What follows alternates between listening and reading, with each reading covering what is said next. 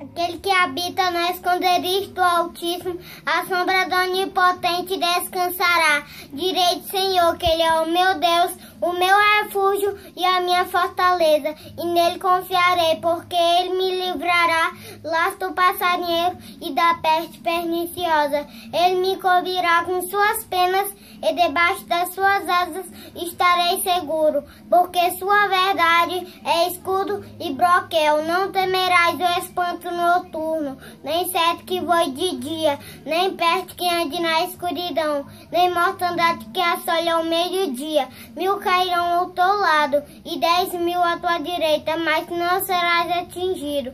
Somente com os teus olhos olharás, verás a recompensa dos ímpios, porque tu, ó Senhor, és o meu refúgio. O Altíssimo é a tua habitação. Nenhum mal te sucederá, nem praga alguma chegará à tua tenda, porque aos seus anjos dará ordem ao teu respeito, para que te guarde em todos os teus caminhos. Pisarás o leão e o áspide, calcarás aos pés o filho do leão e a serpente, porque tu encarecidamente me amou, e eu o livrarei, pô-lo-ei no alto retiro, porque conheceu o meu nome. Ele me invocará e eu lhe responderei. Estarei com ele na angústia, livrar-o-ei e o glorificarei. Dar-lhe-ei abundância de dias e lhe mostrarei a minha salvação.